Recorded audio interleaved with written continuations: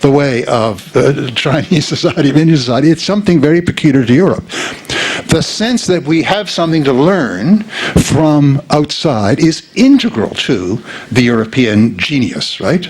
That, I mean, Christianity is part of it. But the ability to learn from outside is one of the great keys of it. So it seems to me we have this great task before us in all our societies to calm the cultural fears of our traditions being undermined, and to look at and to reach out to the people who are coming and find a way of recreating. Now, around what? Well, recreating around this very important kernel of political ethic, which are human rights and equality and non-discrimination and democracy. And we can therefore, we can create a sense that we belong together on this, even though the reasons why each one of us may subscribe to this will be different. And some people will subscribe to the right to life because they are Christians, and they will say, well, humans are made in the image of God. And other people will speak like Kant about the rational agency of human beings being something worthy of infinite respect. And other people will speak of there'll be other definitions.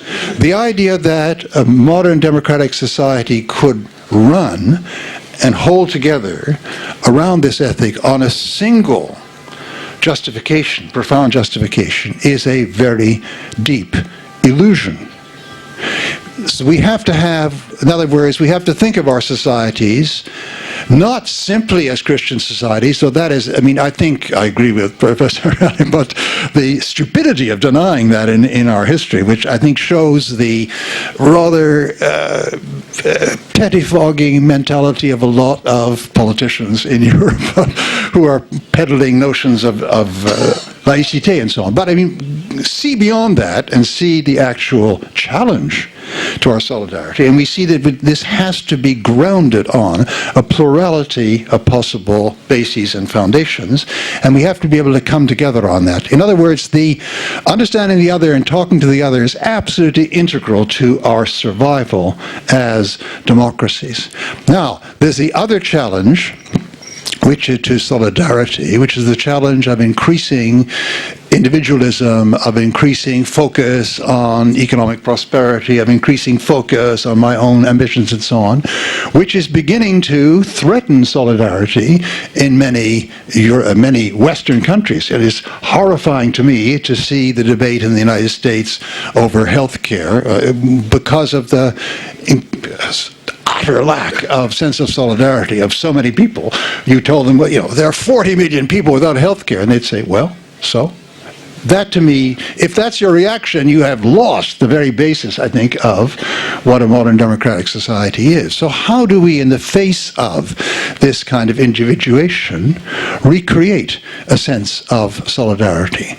Well, here again, I think we have to look at the way in which this cannot be recreated by simply insisting on one particular philosophy or one particular religion. The sense of solidarity in a society can only be sustained at a high level if all the different spiritual families that make that society find it in them to recreate their sense of dedication to it, right? If the Christians see that as central to their Christianity, if the Muslims see that as central to their Islam, if the various kinds of lay philosophies, Kantian, utilitarian, what have you, see that as central to their philosophy. We can't afford, and here I think is where I would make a very strong plea for the recognition of the importance of religion. Among all these bases of solidarity are very profound and powerful religious ones, and laïc philosophers or laïc politicians who would like to marginalize religion are making a very, very big mistake. even as they would if they turned around and tried to marginalize atheistic or unbelieving philosophies. We are societies in our tremendous diversity who are powered by a great many different engines, the engines of these different profound commitments that people have to our common ethic. And we can't afford to switch off any of these engines. All these together are what keep our societies going as viable, equal, democratic, and solidary societies. So these two basic challenges to solidarity, in a way, converge in an attempt to build this sense of unity around this ethic in a way which is self-consciously not founded on any particular one. This is the great contribution, I think, of John Rawls. I have many criticisms to make of him in various respects. But his idea of an overlapping consensus, the notion that we can only maintain this common political ethic if we converge on it from different points. Now, this is very hard for us, we Europeans and developments out of Europe, which I include myself, very hard for us. We have a long history of confessional societies going way back. And this history was a history in which the political ethic of the society was grounded in a single basic foundation, in this case the Christian foundation. And various kinds of laïc societies tried to invent themselves out of the ruins of that, and they made the same mistake in another way. A certain kind of Jacobinism said, we must have only one philosophy. It won't be the Christian one anymore. It will be this laïc philosophy of the Enlightenment, and that must be the common accepted grounds. Nobody must threaten that. I see in some of the reactions in France today by certain kind of républicains to the diversity of French society, the same kind of attempt to, let's use this expression which I think this great French writer on laïcité, Jean Bobéro, often uses. People are grasping for the idea of a civil religion, an idea put forward by none less than Jean-Jacques Rousseau.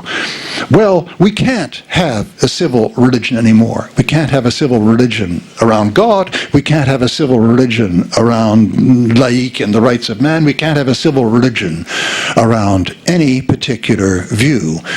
We are in uncharted territory. We have a challenge to do something unheard of in human history, to have a very powerful political ethic with a powerful sense of solidarity, which is self-consciously grounded on very different views.